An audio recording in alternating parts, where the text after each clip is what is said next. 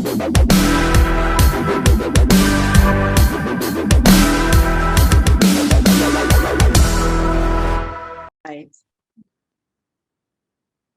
very warm welcome to another episode of Fauza's Diaries. If you are looking for something little and yet inspiring, then you have stumbled upon the right show. That's the beauty about my diaries. They inspire us, they encourage us, but also they make us see different opportunities that they are just sometimes in front of us. Joining me today is my favorite human being. I kid you not, she is my favorite. She has become my favorite human. Dr. Sharon Mendoza. She's an educator. She's a very proud single mother. She is healed, fully restored, cancer survivor. She's an advocate of cancer awareness, as well as domestic violence. Today, on this conversation, we just thought, let's just get together and speak about domestic violence. And before we started this conversation, she said, I chose this turban color, the color that she's wearing on her head right now, specifically for this conversation. And I'm gonna let her introduce a little bit herself and then why the color of the turban that she has on today. Dr. Sharon, thank you so much for saying yes again to join me on my diaries. You know how I love you so much. You have actually become my favorite human, my favorite hero, my favorite fighter, warrior. You have so much in you, Sharon. You have so much strength and you inspire me a lot, a lot. Welcome once again to my diaries. Thank you so much for inviting me once again in this very beautiful diary of yours. Okay, very, very inspiring diary of yours. And I think in the previous show session that we have, we talked about my journey to cancer and how I did survive. And with your prayers and everyone's prayers, thank God that I'm already clean and cured. Yes, that's the best part in that. Thank you so much to all the love, the prayers, you know, and the kindness, of course. That's really very important. Thank you so much, Suganda. And this afternoon, again, I am so humbled that I am in your beautiful diary show again. And this afternoon, basically, we will be talking something about still many people are, they find this kind of conversation a little bit awkward or taboo again. And because, uncomfortable. Uncomfortable, but it is a big elephant that we need to address with. Absolutely. Yeah, so I choose. That's why, like I told you. So tell us about your turban and why did you choose that choose color? this beautiful color of turban. Okay, it is simply because the color is symbolizing about fighting against domestic violence. Oh, wow. Yes. You see, you just taught me something new that I didn't know. I didn't know that. I honestly, I just didn't know that there was a color that, you know, that stands for that cause. Okay, maybe I just, I just didn't know that there was a specific color. And thank you for elaborating that and shedding light, you know, for us, especially for those who they don't even know what it is all about. But I want us to, because this is a journey that you have traveled, Sharon. And the reason why I really felt let's have this conversation, it's because I know that you are authentic and you are this is what you do also, basically, shedding lights to, in these matters, which, as you said earlier, some topics are very uncomfortable and taboo, because it creates shame, Sharon, to say that I'm in an abusive marriage, or, all these kind of things. It creates a shame in our society. But you have been through this journey, Sharon. And I just want you to take us back, right? How did you realize that your relationship was not normal, or the way it used to be, or how it's supposed to be? Because you were on a marriage for a little long time. You didn't just happen. So what were the triggers, for someone who is in that position right now, and they don't even know that they're in an abusive relationship, or whether it's a man or a woman? Today, I want us, even a boy who is dating a girl and a girl who's dating a boy, I want us to talk about violence in general, because everybody, might find themselves in this, in this situation. How did you realize that your relationship was not normal? All right. First things first is, when we are going to talk about violence, it does not necessarily mean a violence between a relationship of a husband and a wife. Okay? That is only one part of what the violence is. There is also a violence that people are, that's why it says domestic, because there are also violence that is being experienced within the family. Take, for example, a father is constantly hurting physically the child, or the mother is constantly hurting the child through verbal abuse. Those are still can be defined as a domestic violence. Okay. Now, in my part, I will just share something that I just realized that I experienced domestic violence. It opened up my mind, okay, when I was already married. But going back to time, okay, I just realized that domestic violence basically started when I was 6 years old.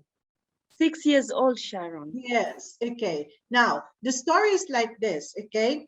My parents were separated, as per the story, when I was 3 months old, okay? And of course, what happened is grandparents are there to save me, all right? Yeah. Yeah, Although, so most of the time it's like that, isn't it? yes. So grandparents, okay, my grandparents basically raised me up. They, as many of my cousins were telling me that I'm the favorite one. They give everything to me, and so we live in a village. Okay, we live in a village because they are farmers. So my parent worked in the city. All right. So when I was already 6 years old, my parent, I'm going to use the word parent, my parent decided to take me so that I can go to an exclusive school. Okay, exclusive school for girls, all right, which is run by the nuns. Okay. All right. Okay. So I live with my parent. Okay. And I just realizes that every time that I do something which my parent doesn't want me to do, my parent would usually immediately says, "Oh, you are like your other parent." So the parent is referring to another parent. Then myself would immediately question is, what's wrong? Is it my fault that they actually get separated? So if my parent is angry with the other parent, come on, take me away from that particular scenario. It's between you, It's both between two parents. adults. It's between two Yes, adults between most two of the time. adults. I am just a child. Mm-hmm. But yeah, but I think it was a difficult process for the parent to basically do that. So every time I, you know, when the parent gets angry, it's always about me being compared to the parent, to the Wow. other parent. And Yeah. the tongue, our tongue is considered to have a very, very smooth type of muscles, but when you use it, it is being compared like a knife, you know? Like fire, Yes, like fire, like a signs, yeah. knife. So all those words that actually coming out from the parent mouth always hurts me. So that actually contributes me being insecure, you know, Mm-hmm, me being, absolutely, yeah. yeah, me being insecure. I started to have self pity, you know, and I feel like being blamed for everything, which, you know, when something happens, even if I am not involved, I feel so guilty. Yeah, because it's because you've always been compared to, and I think, thank you for sharing that, because I that bit right there, Sharon, I can relate to. That bit that you have just said, that you've been compared to the other parent, either the mother or the father, or this and that, Mm, depending with the situation and the circumstances. That bit right there, I can relate to that, because the mistake I think we adults do, and I will say we because it's including myself, many times we see the children and they become victim of the whatever the issues has been between those two people. And then mm, because we are in the midst of this, we become the pinpointer, because we remind them of their own sin. And that is why it's always, you look like your mother. You're not going to get anything because you are just like your mother. You are not going to get anywhere because you are just behaving like your mother. It's always exactly. like tan, tan, tan, tan, tan.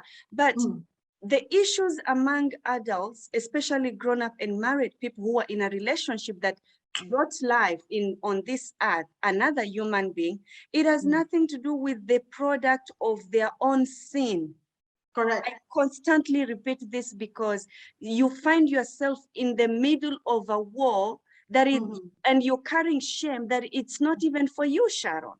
But True, because you true. are in it, you are forced to carry the shame Mm, mm, that mm. it's not even your shame, Sharon.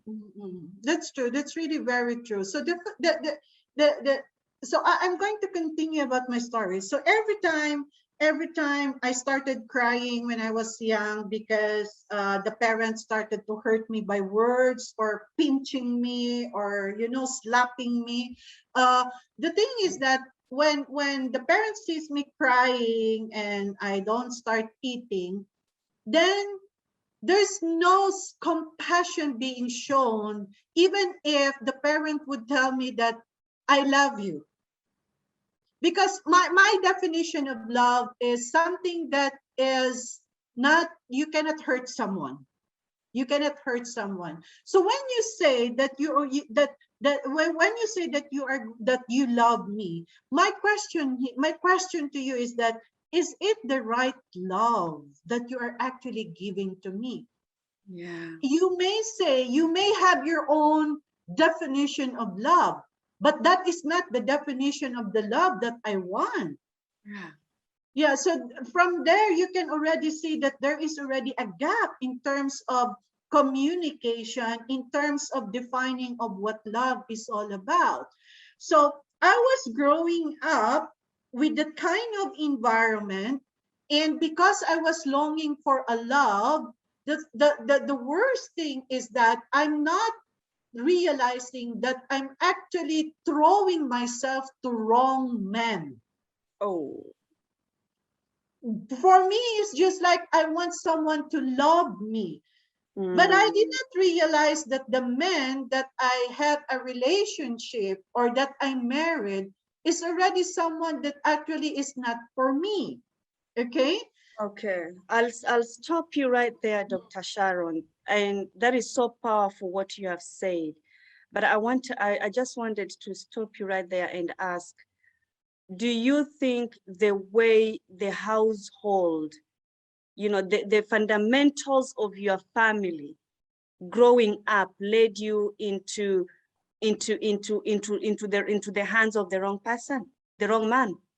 Exactly. That's really very true. Because for me, if I could have felt and giving the right love, okay, I might not be looking it for someone else.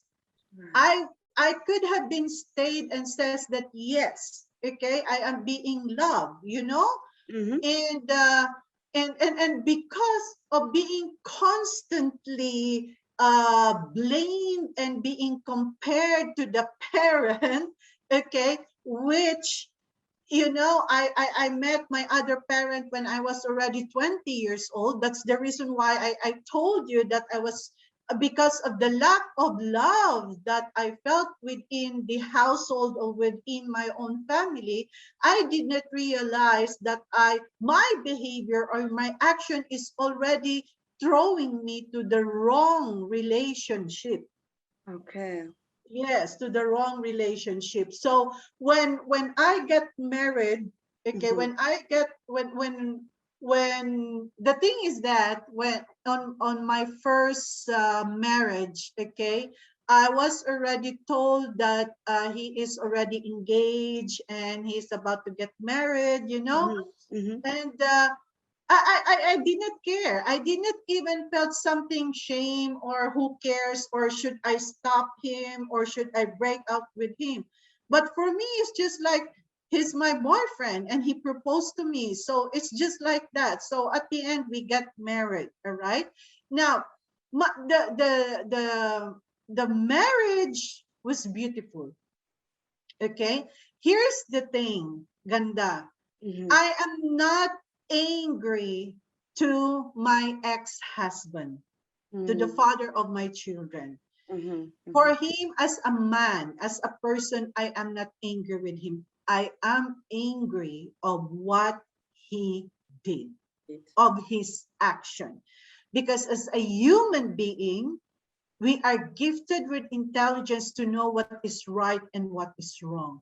And Then a why? will, and a Yes, will to choose. yes, yes, exactly. And why? You know what is right and what is wrong. Then why did you choose to do the wrong action? That made me angry to him. Okay. And the violence basically that I experienced from him was, aside from the verbal violence, you know, there was one conversation that, you know, he was even so proud in telling me like, come on, Sharon, you are not going to live the rest of your life without me. You are Oh, nothing without, oh yes, my dear. You are nothing without me. He was so proud in telling me that. wow. Okay. Yes, yes. So when I heard that, then I said, "Oh, you belittled me. Yeah. Wait, and until I'm going to show you who Sharon is." So that is hard stuff right there. That is Yes, someone who is belittling you, and trying to be a mini god, technically. yes, yes, yes, yes, So, yes, okay, you've shared quite a lot, You said the marriage was beautiful, despite, the what was going on in the amidst everything. Were there signs, that led into the next thing or the other thing? Because, you know, it can't just be from one thing to the next, did you not see signs? Actually, what happened is, like I said, he's actually a good man. He's hardworking. He's a provider. What destroyed him is when he started to get influenced by his, because he works in a restaurant, he's a restaurant manager, okay, Mm-hmm, mm-hmm. when he got influenced by his own waiter to basically take drugs. Yes, to take drugs. Now you see what I learned in life today is that when you are going to marry someone, you need to do a little bit of background investigation. Okay, try to visit psychologists together. Okay, because what happened in my first marriage is that he's also a product of a broken family. His So he own didn't father, know better. Yeah, so his own father is also, he actually experienced the same thing that I also experienced, you know. His father is also trying to, how do you call this, say some words which would basically hurt him. And in fact, he just decided to leave United States and go back to the Philippines so that he could no longer live with his own family and he Mm. can live in homelessness. That's how he basically escaped. But there is a but in there. In our life, okay, it is really important that whatever happens in the past, especially when you feel that any situation or any problem or any relationship, okay, if there will be no closure that you're going to do it, it will continue to haunt you for the rest of your life. Yeah. So why don't you basically face it, confront it, and put an end on it, Mm-hmm. and make a closure on it so that you can start moving on? Mm. Not until you have a closure, it's going to be difficult for you to move on. That again affects to the kind of person of who you are. No matter how you are going to say, and no matter how you're going to say that I'm trying to change, I'm trying to be better, I'm trying to be a positive, but you know, there is this ghost that keeps on running Mm. towards you, haunting you. So you have to make sure that you have to close it and it, so that you can fully, okay, move on with a positive and beautiful life and a better person as well. So that happens between me and him. Okay, we have bad experiences where we were growing up. We were not able to basically have a closure nor confront those people, okay, who basically made, you know, something The bad pain, to yeah. us, the Yeah. pain, the anger, the hatred, okay, and that's it. And by the way, I would just like to share something to you, okay? When I Yeah. was growing up, I told you 6 years old, I already stayed in a parent, okay? What Mm-hmm. happened is when I was about, I think, 8, 9, or 10 years old, Mm-hmm. okay, I was actually physically abused by a family relative, which when I shared it to the parent, Mm. the culture of zipping your mouth is really very important so that you will not put shame to the The family's family. name. So all throughout, can you imagine, Ganda? It happened when I was young, at let's say 10 years old. Okay, I'm trying to forget it, but forgetting it is not enough because I need to open it up. Not until last year when I was able to share it with the people, okay? And that is when I started to feel so relieved. So imagine 10, 20, 30, 40. Let's say after 47 years of keeping it, okay? Because the parent says zip your mouth so that you will Yeah. not bring shame to your Shame. family. Can Yeah. you imagine the 47 years of keeping it, and emotionally and psychologically? So when I was about, when I shared it, believe me, Ganda, I feel so much relief that I was able to Okay. say it. I want to ask a question because that's very important. That's very important what you've just shared, Dr. Sharon. And I want to ask you this. Had you had an opportunity to share the pain, the abuse, that you experienced at a younger age, had you had an opportunity to share, do you think it could have helped you not to enter or into another abusive relationship? Yes, if okay, because I like I said, opening and communication is really very important. Okay, Mm-hmm, mm-hmm, emotionally, psychologically. Okay, when you suppress someone, okay, you know how difficult it is. All absolutely. right, you know how difficult it is. But if if I was only given a chance, okay, to share my story, okay, the domestic violence that I basically experienced in my own household, Yeah. perhaps, okay, I could have a different perspective in life, and most importantly, I may not have experienced cancer as well. Wow. Okay. Yes. Okay. That is heavy. That is heavy stuff. Now, I want to, I would like for you to talk to us about, now that you have this revelation right now today in 2021, it's Mhm. in 2021, looking back when all these things were unraveling and happening, at what point in your relationship do you now, when you look back and you would think that that was the time I should have walked out? Okay. First things first is I will start with the marriage. Okay, with the marriage. When, like I said, he started to engage himself into drugs. Okay, then he started to steal money so that he can buy drugs. Okay, and of course, womanizing is there as well. All right, and he started to hallucinate. All right, my point of getting out in the relationship is when I was 7 months pregnant. Okay, with the second child. All right, and we were sitting in the sala watching the television. So he was there. He was so charming, and the eldest son was also playing, and he was like 1 year old something during the time. So I thought that he was just there to charm me, this and that.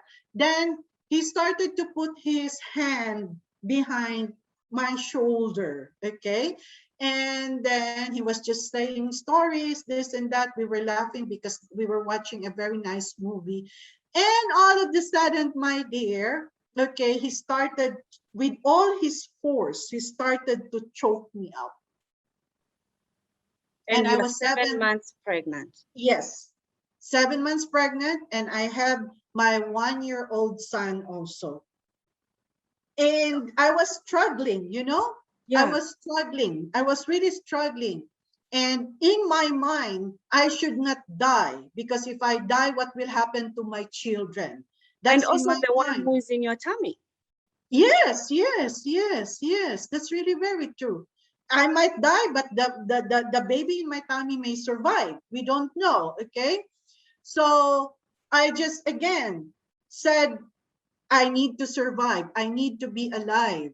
And God helped me. So at And what point, Dr. Sharon, did you step out? At what point? that was the point. That was really the point. Okay. Because if he basically can do that, all right, Mm-hmm. then what will happen to me and to my children? Yeah. Yeah. Right? Yeah. For me, because once you become a mother, your priority changes, Absolutely. even forgetting your own self. But the children comes first. My boys comes first. So Yeah. that is when I really decided to fight and get out of that relationship. And getting out of that relationship, it was not easy. I had to hide with my boys, okay, and we have to move from one city to another city so that he cannot trace us. So you You know? basically you ran away. Yes, because there was already a threat of killing me and taking the children away from me. And I do not want that thing to happen. And what is in my mind, okay, was those words, Sharon, you cannot live without me. You are nothing without me. You know, Do you feel, as you're sharing this right now with us, Dr. Sharon, do you feel that he was manipulating? I don't think so that he was manipulating, because like I said, when he's on his clear mind, Uh-huh. he's a very nice person. He's a good husband, a daddy, and a provider. But like I said, it all started when he took the drugs.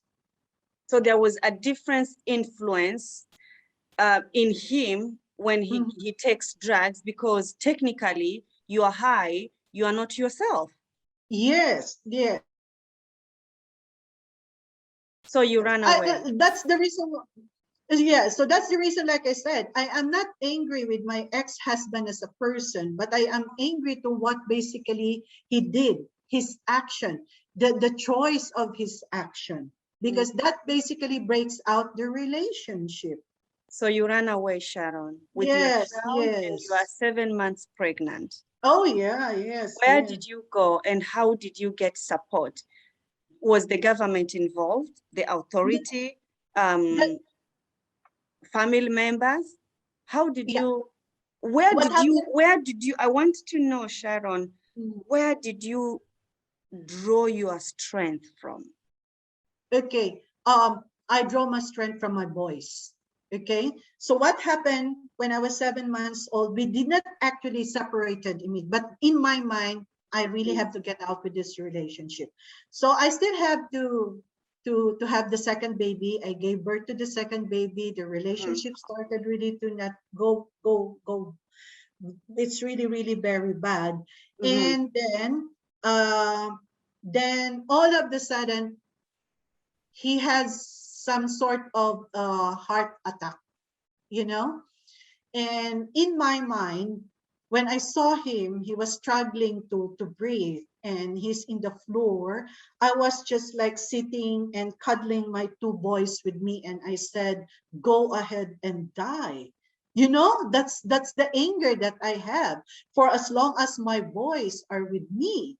And then my parent came into the room and saw what happened.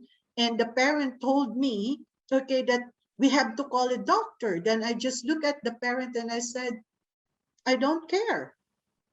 So the parent called the doctor. In short, okay, my ex-husband was hospitalized. And here it is. So when he was hospitalized, I went to my grandparents, to my grandfather. Okay.